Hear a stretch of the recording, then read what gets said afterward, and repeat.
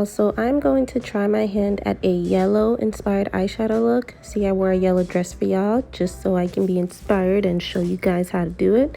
And yes, I got a head tie on, but I will fix my hair another time. Now let's get started. First, I'm going to use the e.l.f. Putty Primer, the matte one. I will put these on my lids just because I want to have the most color payoff. I'm going to put it right there on my lid, on both lids, because I mean, why not? And I'll just use my finger to distribute that right now. Okay, so I'm gonna do a combo of the e.l.f. eyeshadow primer and the e.l.f. camo concealer, only because it's the lightest shade concealer I have. And I guess it's hydrating, yes, but this is why we put a matte putty primer down. Now this is a lot of e.l.f., but I think I love e.l.f. to the effect where I feel like I don't really need to use any other stuff. I'm pretty minimalistic when it comes to how I do my makeup. So if I like a product, I'll keep using it until it's pretty much run out.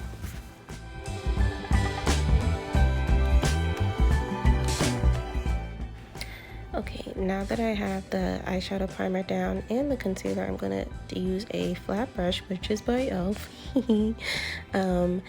And I'm going to distribute that and mix it with the eyeshadow primer all together.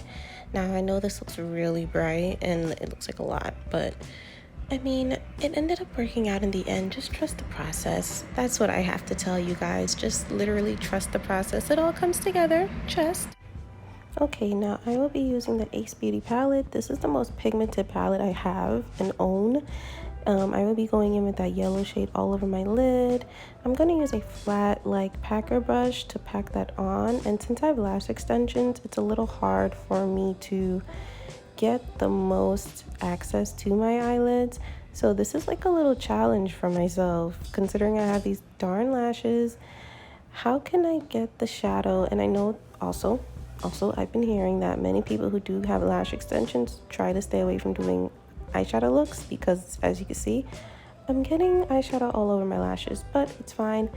These lashes are due for a refill anyway, and I'll deal with it another day. But yes, pack that all over the lid until you like the pigment like I do and you like what you see, and carry on to the next eyelid. Next, I'll be using another eyeshadow palette. It's the Artist Couture palette. It has a bright yellow in it as well, but the yellow has a very different undertone. So I wanted to use that on my crease to help blend out the eyeshadow a little bit, and it worked perfectly. And I honestly was going to just use this color by itself, but I realized the Ace Beaute palette had a lot more pigment, and I think it is more of a pigment palette per se. So that's why you would like to go in with something that's strictly mostly a pigment palette, and then go in with something that's lighter in pigment or in color to use on the edges of your eyeshadow look. Alrighty, back to Ace Beaute. I'm using that orangey creamsicle type of shade, and I'm just putting that on under my eyebrows in no particular order. And I just want to help the product that is still moist underneath my eyebrows to matte down a little bit, and that's what I'm using to blend together the other eyeshadows so the edges won't seem so harsh in the end. Alright, taking the gold shade out of the Ace Beaute palette, I'm going to put that with a pencil brush in my inner eye corner, but I'm going to blend that out and blend it up. And now I'm not bringing that over the lid. I'm strictly keeping it in the inner corners because I feel like if you were to wear this look outside and it's sunny, the light will reflect off of your inner eyelids. So pretty. Now you see how the edges are really messed up? You'll take a eyeshadow wipe or a face wipe and just go along the edges and clean that up. You could do whatever shape you would like, but I just wanted a more chiseled eye shape, I guess, if you could use that word. I don't have nails, so it was pretty hard for me to get a very precise edge, but as you can see, I figured it out.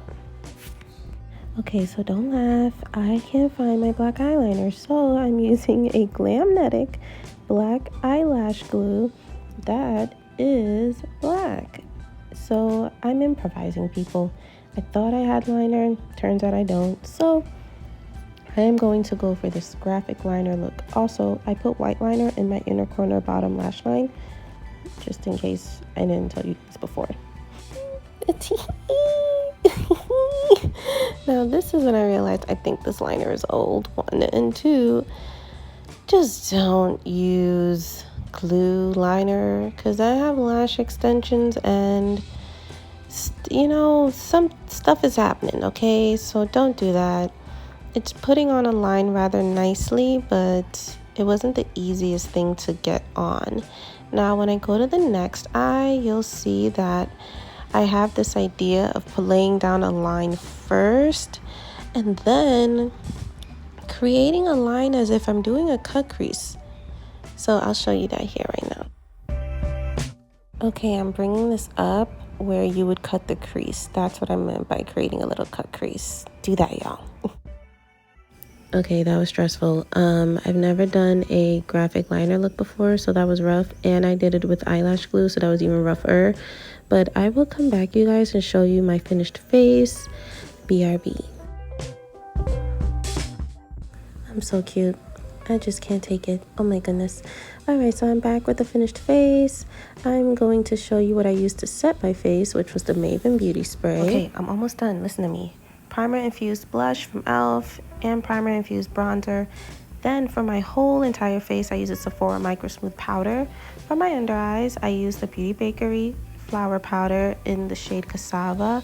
And for my lashes, my lower lashes that is, I use the Trestique mascara that came in my BoxyCharm box from some time ago. Now that's all, you guys. Have a great day. Enjoy the weekend.